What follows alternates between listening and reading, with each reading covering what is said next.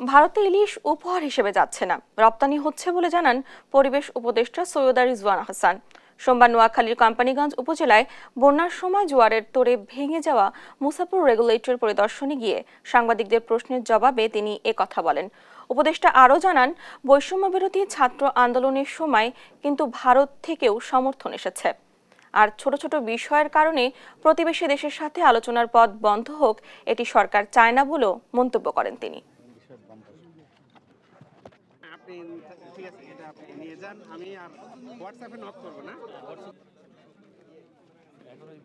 ইলিশ কিন্তু ভারতে উপহার হিসেবে যাচ্ছে না, এটা রপ্তানি করা হবে এবং রপ্তানির টাকাটা বাংলাদেশ সরকার পাবে।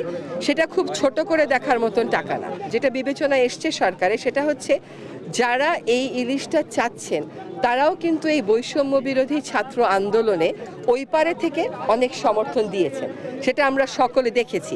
আমরা সবসময় মনে রাখতে হবে যে আমাদের প্রতিবেশীর সাথে অনেক বিষয়ে আমাদেরকে আলাপ আলোচনা করতে হবে। আমরা সেই আলোচনার দ্বারটা ছোট ছোট বিষয়ে বন্ধ হয়ে যাক, এটা চাই না।